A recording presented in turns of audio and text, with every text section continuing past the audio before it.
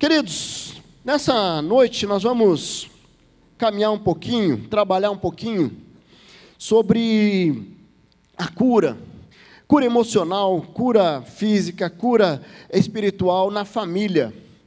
Nós temos visto e não sei se você tem percebido, mas basta você andar pela sociedade, não precisa ser no gabinete pastoral. Você está lá no seu trabalho, você conversa com a pessoa do lado, você vê uma dificuldade, você vê como a estratégia de destruir as famílias tem sido muito forte, muito intensa por Satanás. E nós temos visto isso acontecendo com muita facilidade. E por isso que nós temos que orar pelas famílias. E um dos motivos que nós vamos estar intercedendo essa semana é pelas famílias. Porque às vezes nós falamos assim, uma família é quebrada quando há um divórcio, mas não é só isso. Tem irmãos que não se dão com irmãos, tem situações complicadas. Eu tenho experimentado, uma família de crente, certo? Que estão brigando por causa de um terreninho deixado pela mãe, certo? E não são jovenzinhos, não. São pessoas já com uma idade e que tem o cartorário que está apoiando nesse processo. Ele falou assim, puxa, mas essa família é complicada. Eu nunca vi gente brigando tanto, e se fosse por milhões, mas é por um terreno pequeno. E isso é um reflexo do que é realmente o que tem vivido as famílias na nossa sociedade. As pessoas perdem um pouco esse conceito de família. E quando eu falo em orar pelas famílias, eu falo da necessidade de nós olharmos para a família de uma forma diferente. Eu estou olhando o relacionamento pai e filho, eu estou olhando do relacionamento conjugal, eu estou olhando do filho com o pai, com a mãe, estou olhando com irmãos, sabe, e de repente você tem uma dificuldade que é cura física que está precisando lá, e de repente alguém que está doente, alguém que está com uma enfermidade, e a família tem que entrar na brecha, tem que orar e crer no poder da oração, e crer que Jesus pode sim curar. De repente é uma dificuldade emocional, como tem pessoas que têm sofrido emocionalmente, e de repente você tem que crer que Deus é um Deus que pode curar, e Ele pode intervir na realidade. Mas sabe que além de orar, nós precisamos agir, nós precisamos avançar. E hoje nós vamos estudar uma história muito conhecida, que está lá em João. Abra lá sua Bíblia, lá em João 4, que ele vai falar de uma família, onde um pai crê no poder da oração. Sabe, se eu estou bem lembrado, já houve uma mensagem num texto parecido, ou nesse texto, que eu me recordo, mas já faz bastante tempo. Mas sabe o que Deus colocou no meu coração? Porque eu tenho olhado para as famílias, e isso tem gerado uma tristeza no meu coração, porque está cada vez mais difícil nós encontrarmos famílias saudáveis, que têm falado assim, puxa, nós conseguimos, nós estamos unidos, nós estamos vivendo na presença de Deus, nós estamos experimentando um cuidado de Deus tão grande, sabe, e não que Deus não esteja cuidando, Deus está cuidando sim, mas as pessoas estão olhando, e têm jogado fora, têm aberto mão dessa graça de Deus, a graça do Senhor, que foi pago naquela cruz, para que nós pudéssemos ter uma vida plena na presença de Deus. Quando nós falamos da graça, além da graça comum, onde todas as pessoas receberam essa graça comum, quando nós recebemos a vida, pelo pecado nós deveríamos morrer, nós não morremos porque pela graça nós temos a vida. Mas sabe, tem a graça salvítica, onde nós aceitamos o Senhor Jesus como Senhor e Salvador, e nós temos a salvação. Mas nós temos uma graça que ela é uma graça capacitadora, onde além de nós termos a salvação, nós podemos viver uma plenitude da presença de Deus, buscando ao Senhor e vivendo os planos de Deus para a nossa vida e para a nossa família.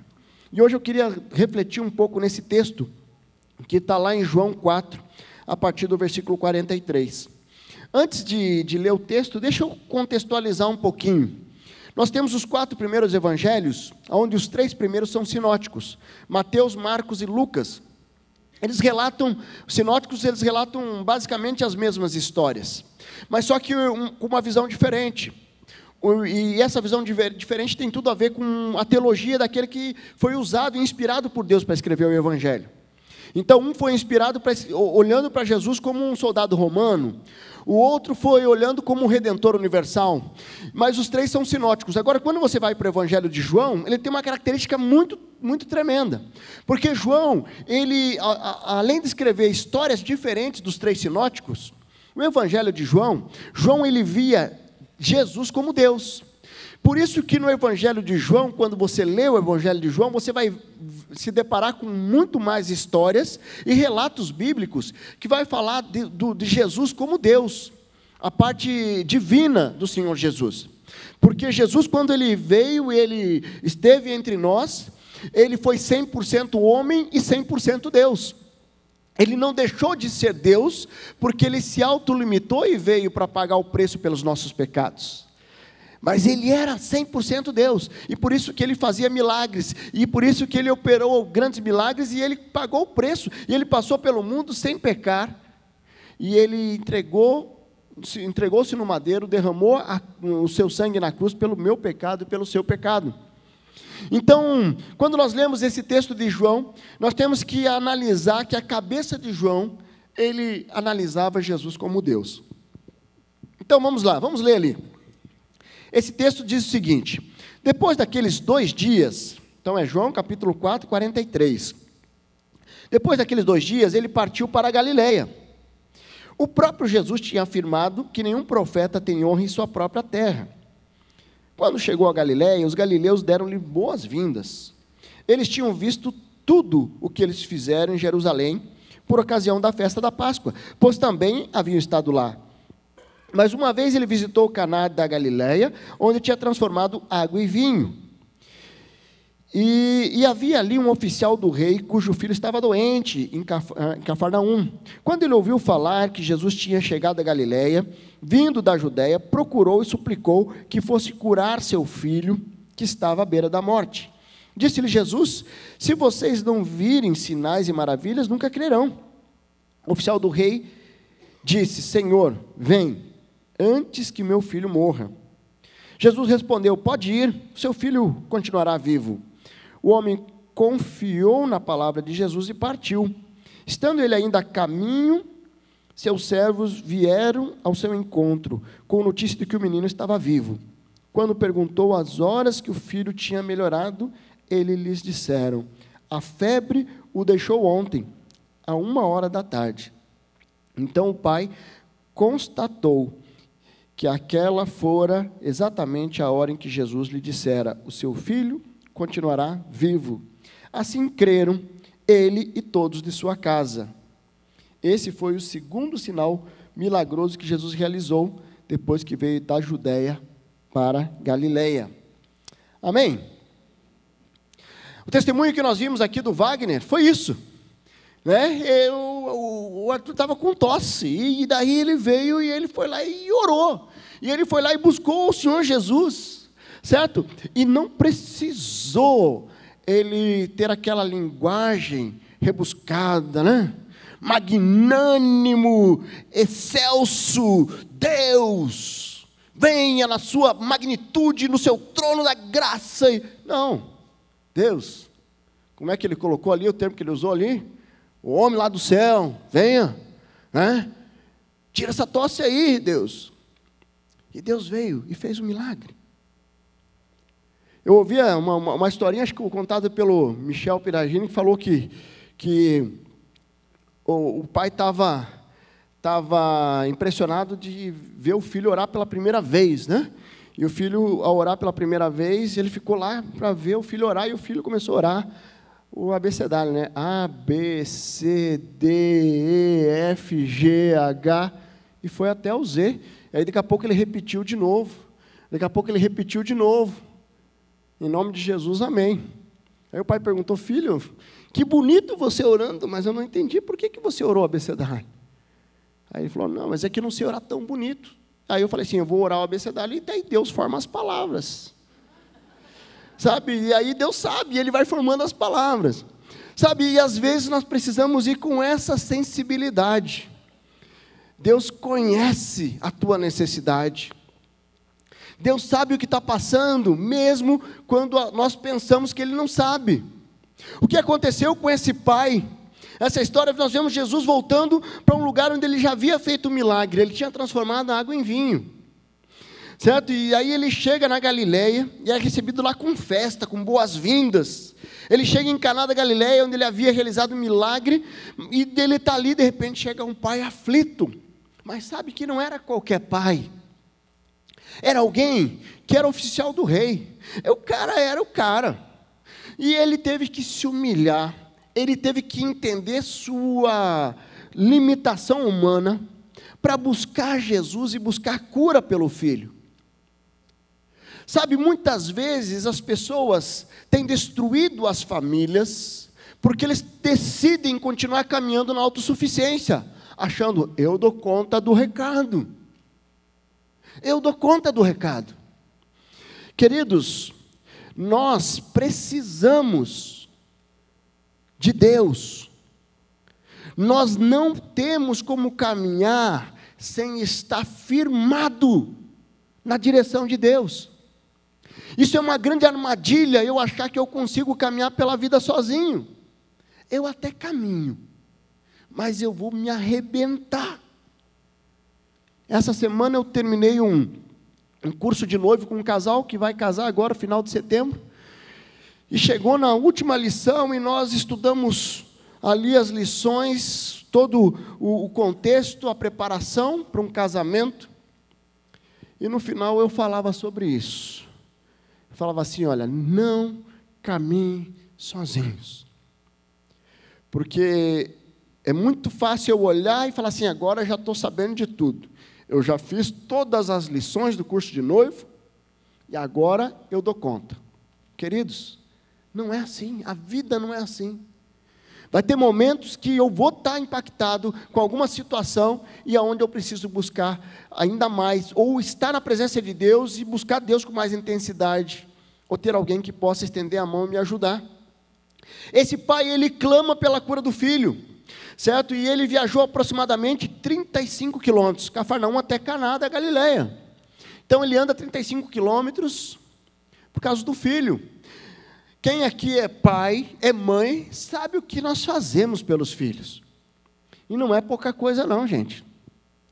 Nós fazemos algo que vai além da nossa limitação humana, porque nós tiramos força que vem de Deus para poder, de repente, tirar o filho de algo que ele está passando em perigo, fazer alguma coisa pelos filhos. E ele viaja 35 quilômetros, e ele vai, e ele joga a sua autossuficiência fora, e falou assim, eu vou me humilhar.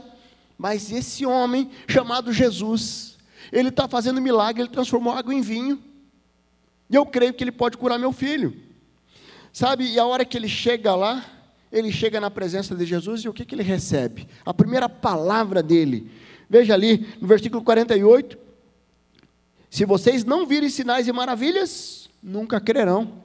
Jesus já dá uma chapuletada nele, ele chega lá, ele já, se vocês não verem sinais e maravilhas, nunca crerão. Sabe, e o que Jesus estava olhando era para o coração dele, e ele precisava acordar, não é assim, não é vendo sinais e maravilhas. Jesus poderia ter acompanhado ele até a sua casa e curado o filho, mas Jesus desafiou ele a dar um passo de fé, e muitas vezes nós precisamos dar passos de fé. Se nós queremos a cura da nossa família, nós precisamos dar um passo de fé, nós precisamos orar, e precisamos ir lá pedir perdão, nós precisamos orar, e precisamos confiar que Deus vai curar, nós precisamos orar, e precisamos falar assim, olha, eu não vou abrir mão de lutar pela sua vida, para que você não se perca nas drogas. Ao invés de orar, além de orar, eu preciso também falar assim, eu não vou desistir de você, porque família é plano de Deus. Tantas pessoas têm olhado para o próprio umbigo e têm desistido do casamento, têm desistido de investir na vida do seu cônjuge, têm decidido, eu não vou mais falar com meu irmão, para mim você morreu. Já viu irmãos falando isso? Eu já vi, certo? Irmãos um falando para o outro, infelizmente, para mim você morreu. Sabe, mas esse pai, ele foi perseverante. Jesus queria ensiná-lo, e ele foi perseverante, e ele retorna para casa, E ao encontrar ali o seu conservo, ele vê que a hora que a cura aconteceu, foi a hora que Jesus falou, seu filho está curado. Queridos, o nosso Deus, Ele é onisciente, Ele sabe todas as coisas, Ele é onipotente, Ele tem todo o poder, mas Ele também é onipresente. Ele está aqui nesse lugar, Ele está falando com você agora no teu coração, e nesse momento, Ele está lá na minha casa, com a minha esposa, com os meus filhos, Ele está lá na tua casa, Ele está cuidando da tua família, Ele está cuidando dos teus amados, certo? Então, nós precisamos crer que Jesus, Ele quer sim, trazer a cura na família, mas Ele espera de nós um passo de fé, Ele espera de nós a confiança de que Ele pode sim, curar, restaurar, e trazer um recomeço na tua história. Você crê nisso? Amém? Queridos, e quando nós vamos olhando esse texto, nós vamos ver ali no 46 e 47, nesses versículos, que esse oficial, ele abandona a autossuficiência, ele busca o Senhor com humildade. Sabe, perante aquela sociedade, o oficial do rei tinha uma alta posição ali na corte de Herodes, e ele estava indo buscar socorro em Jesus, que naquela sociedade ele era um filho de um carpinteiro, sabe, e ele vai com humildade. Será que você tem chegado diante de Deus com arrogância, falando, não, isso aqui pode deixar que eu resolvo, agora isso aqui, dá um jeitinho aqui, sabe, ou será que você tem se achado mais espiritual? Às vezes tem pessoas que se acham super espirituais, são tão espirituais que acham que tem coisas que eu não preciso buscar a Deus, que eu já tenho um saldo. Sabe, essa humildade, nós precisamos buscar ao Senhor com humildade. Não cabe arrogância, certo? Ele não ligou para que os outros iriam dizer, mas ele viveu com convicção do poder e do amor de Deus. Sabe, e nós precisamos, se você quer cura na tua família, busque ao Senhor e haja com humildade. Puxa, mas se eu perdoar essa minha irmã, todo mundo vai achar que eu estou errado. É isso mesmo, não tem problema. Você não precisa ganhar uma discussão, você precisa ser feliz. Você precisa tirar esse peso das tuas costas. Ah, mas se eu fizer isso, eles vão pensar aquilo. Não importa, não importa. Quanta gente tem lutado para provar que está certo. Não adianta, queridos. Você nunca vai conseguir provar. É perca de tempo. E sabe o que é mais triste? Que tem gente que está fazendo isso há 15 anos, há 20 anos, e continua fazendo, mesmo sabendo que não tem jeito. Quem aqui que é de origem alemã aqui? Oh, aí, ó, tem bastante aí, né? O que eles falam dos alemão? Alemão não é teimoso, teimoso é quem teima com o alemão, né? Não é isso? Mais ou menos? Você vai só afundar ainda mais. Quer experimentar cura na família? Quer experimentar cura no teu casamento? No relacionamento com seu pai? Com a sua mãe? No relacionamento com seus irmãos? Humildade. A humildade é confiar no Senhor. Por isso que lá em 1 Pedro 6 diz, humilhe-se debaixo da poderosa mão de Deus, para que Ele te exalte no tempo devido. Eu não preciso ser exaltado diante dos homens. Eu preciso ser exaltado por Deus. Eu preciso ser, Deus vai honrar o meu coração quando eu ajo, quando eu tenho uma atitude de humildade. Desculpe. A humildade diante de Deus, pela vida e pela sua família, gera cura. Aquele filho, ele foi curado, porque o pai foi humilde. Sabe, então se você de repente está olhando para a sua família, você quer ser objeto de cura na vida da tua família, se humilhe diante do Senhor. Se humilhe diante do Senhor. A sua família será curada, usando a tua vida como canal de bênção. Deus usando a sua vida como canal de bênção. Sabe, e um outro destaque que nós aprendemos com esse pai, e que nós podemos olhar para o nosso coração, ele não desistiu diante da dificuldade. Sabe, Jesus ele falou assim, olha, se vocês não virem sinais e maravilhas, nunca crerão. Jesus estava dando uma chapuletada naquele homem, mas ele falou assim, Senhor, vem, antes que meu filho morra. Ele não olhou para a repreensão de Jesus, ele insistiu, ele foi perseverante, ele não desistiu diante da dificuldade. E o que nós precisamos é ter uma esperança que nos impulsione a não desistir. Você está lá no seu trabalho, está difícil, está complicado, persevere, queridos, persevere. Você faz o ambiente onde você está. Tem tantas pessoas que deixam ser contaminadas pelos colegas de trabalho. Você é responsável como você se sente. Você não pode impedir que essas pessoas venham, tentam te atacar, tentam te puxar o tapete. Você não vai conseguir impedir isso. Agora, as tuas atitudes podem gerar mudança no coração dessa pessoa. Dentro do seu lar, você é sempre do mesmo jeito, autoritário, certo? Se você não mudar a sua atitude, não adianta. Você vai conseguir ser autoritário por um determinado tempo. Eu tinha há muitos anos atrás, eu namorei uma jovem claro que foi antes do meu casamento, né? Mas e aí... E eles eram batistas, tal, e o pai era militar.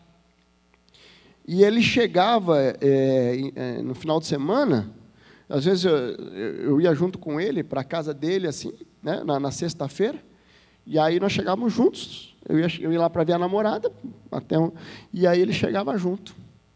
E aí ele chegava assim... Ele era do quartel, no quartel ele era tudo mansinho, mas pense num carinha manso, sim senhor, não senhor, mansinho, mansinho. Chegava em casa, ele estofava o peito, aí ele chegava assim, fulana, uma filha, tira meu coturno aqui, daí tirava o coturno, traz lá o sofazinho, daí ele ia, prepara meu banho, ele ia, tomava banho, aí chegava para o jantar, a esposa vinha, servia o prato. Ele só mandava. Eu olhava aquilo lá e falei assim... Daí chegava, era o final de semana, era assim, que era em outra cidade, né?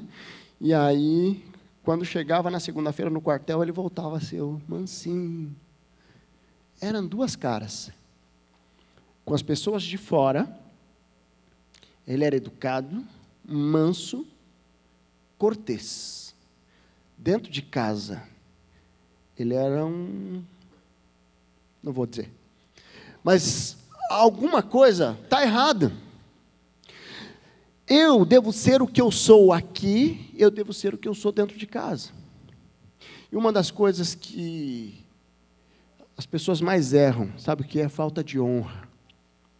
Queridos, eu vou fazer 16 anos de casado, e um dos grandes privilégios que eu tenho é de cada dia mais buscar formas de honrar minha esposa. Sabe, de honrar os meus filhos, de honrar minha família. Se você tem desonrado eles, de que forma que eu tenho desonrado? Veja como você tem tratado eles. Veja o quanto você tem investido na vida deles. Veja como você tem direcionado eles, ajudado eles a desenvolver todo o potencial deles. Isso é honra.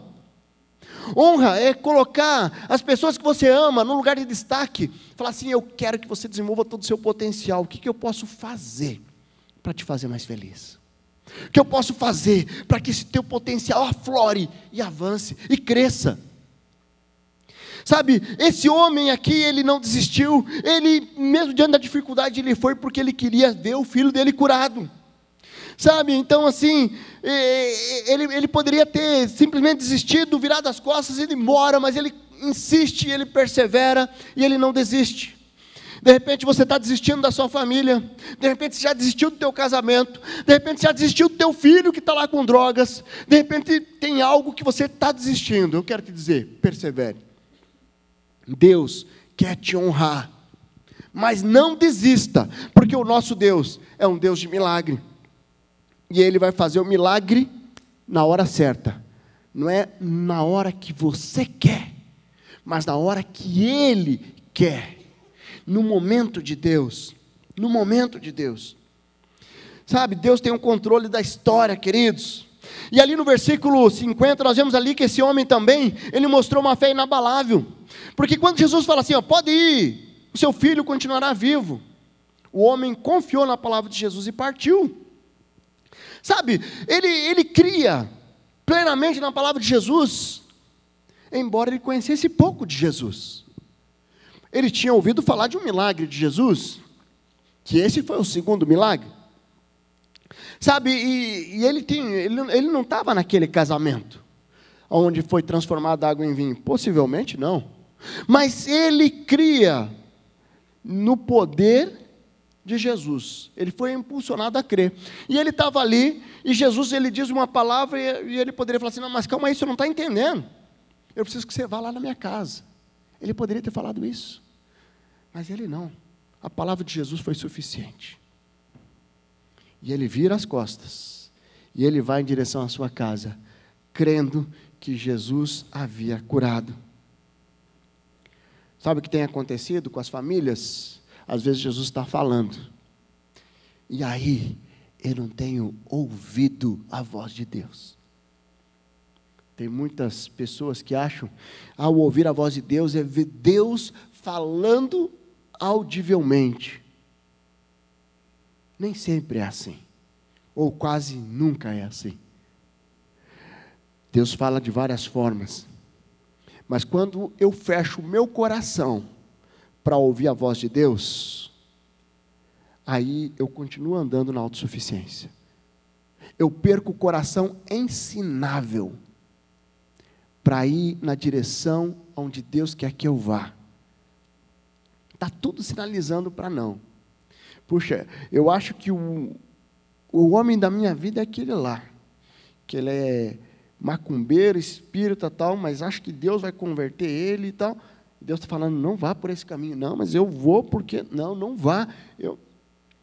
Certo? E aí eu não quero ouvir. Deus está falando assim, não vá por esse caminho. Esse negócio não vai dar certo. Não, mas eu vou. Eu vou porque eu acho que... Queridos, não vá por esse aí. Não vá por esse caminho. O que acontece é que a fé é inabalável.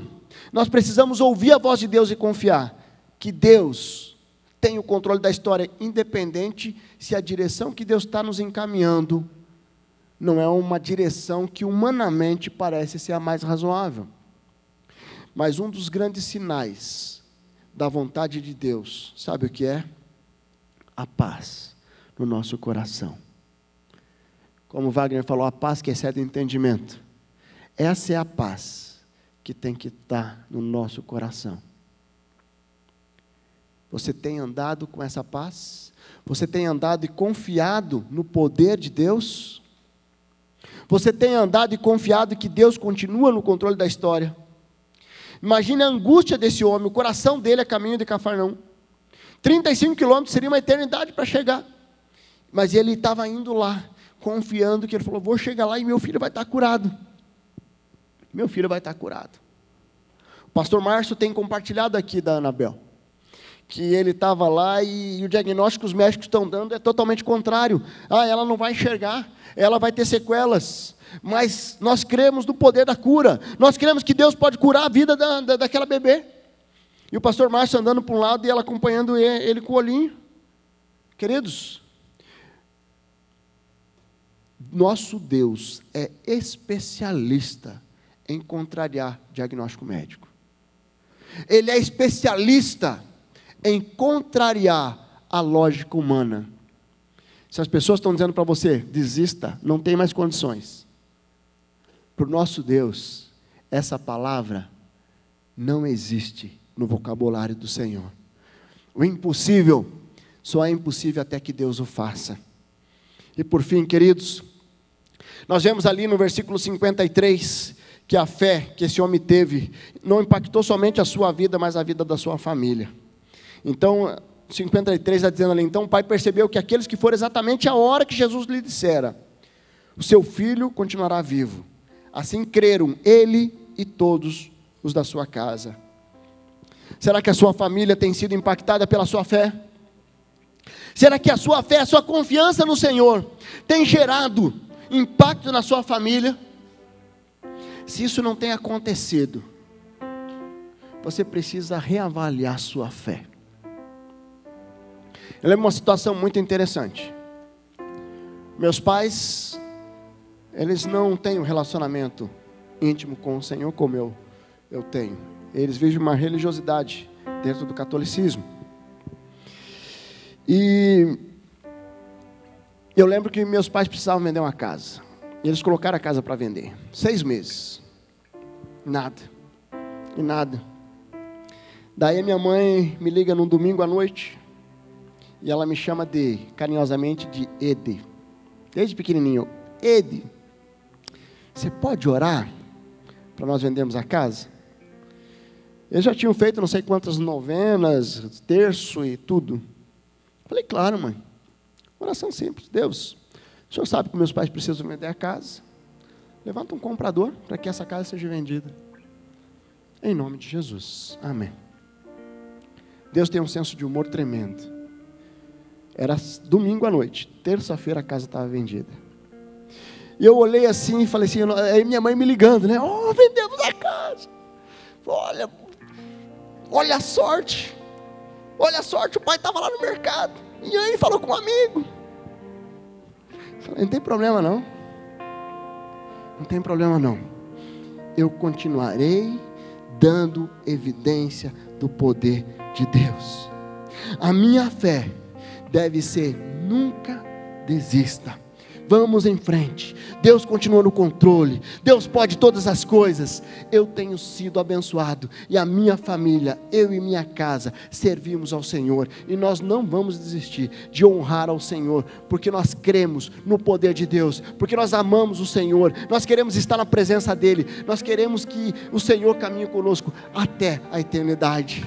Sabe? Então, se a tua fé não tem impactado a sua família, você precisa reavaliar, porque quando nós decidimos caminhar com Jesus plenamente, com uma entrega plena, sem uma agenda oculta, uma entrega plena, completa, não é somente nós que somos abençoados, nós e a nossa família será abençoada. Amém? Você pode fechar seus olhos? Queridos, eu creio na família, eu creio no poder de Deus, eu creio que Deus ouve as nossas orações, eu creio que Ele está ouvindo agora o seu coração. O que você está colocando diante do Senhor nessa noite? Qual a cura que você precisa colocar diante do Pai nessa noite? Uma cura emocional, uma cura emocional na sua família, uma cura física, uma cura espiritual, uma libertação. O que está acontecendo na sua casa que você precisa que Deus venha intervir com poder, de uma forma sobrenatural? Qual o desafio que Deus tem colocado no teu coração?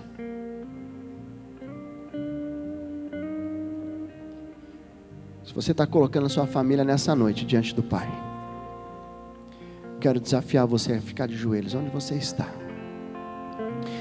Eu estou me ajoelhando aqui, eu estou colocando a minha família diante do Senhor. Tenho tantas pessoas que precisam ser alcançadas pelo Senhor Jesus. Queridos, nós vamos conseguir avançar na intimidade com o Senhor quando nós estivermos de joelhos, clamando e dizendo: Jesus, eu creio que o Senhor pode curar. Enquanto nós cantamos esse cântico, deixe esse cântico falar ao teu coração. Eu quero que você converse com o Senhor Jesus aí, através desse cântico. Esse cântico é lindo e ele traz uma oração linda.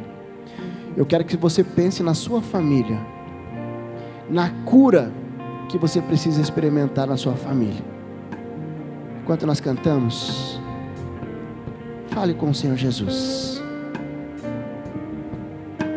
Teu sangue leva-me além, a todas as alturas, onde ouço a tua voz, fala de tua justiça, pela minha vida. Jesus, esse é o teu sangue.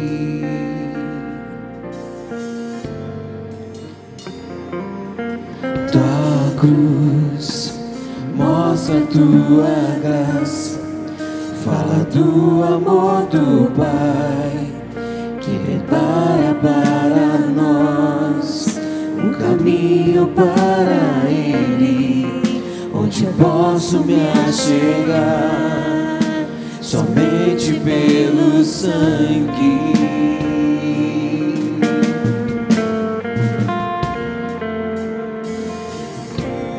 Nos lava dos pecados, que nos traz restauração.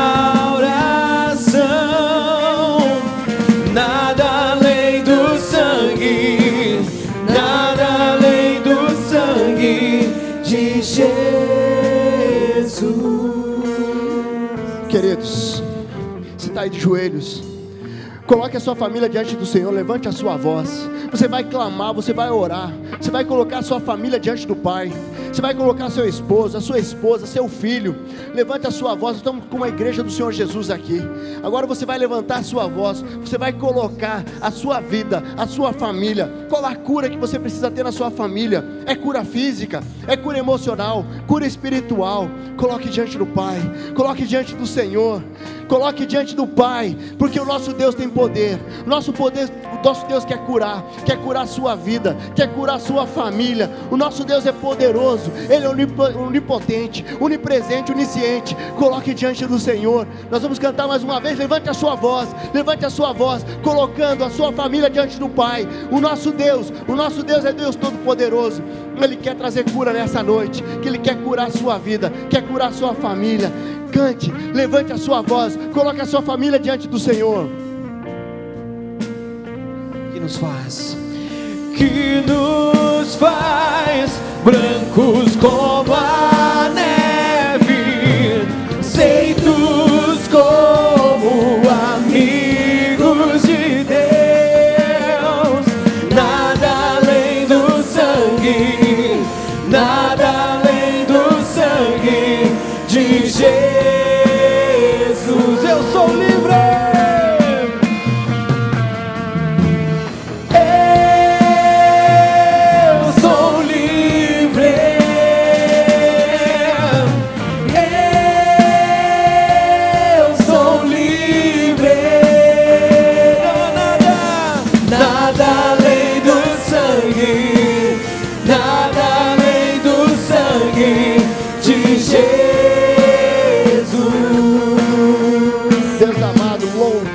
Seja o nome do Senhor, porque com o Senhor nós temos liberdade, nós somos livres, porque o Senhor um dia se entregou naquela cruz pelos nossos pecados.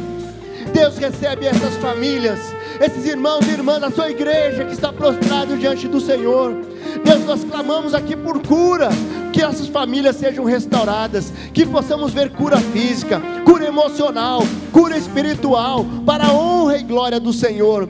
Sabemos que Satanás tem um plano de destruir as famílias, mas com o Senhor nós somos mais que vencedores. Com o Senhor nós já temos a vitória. Nós queremos clamar aqui, Deus, restaura essas famílias, que possamos ver famílias completamente restauradas, para a honra e glória do Senhor. Abençoa, Deus, cada irmão, cada irmã que está aqui nessa noite, cada família que está sendo colocado no seu altar. Abençoa, Senhor, traz a cura, como aquele homem creu na cura do seu filho. Nós queremos crer que o Senhor curará, sarará as nossas famílias, traz a cura e a restauração, em nome de Jesus, amém, amém.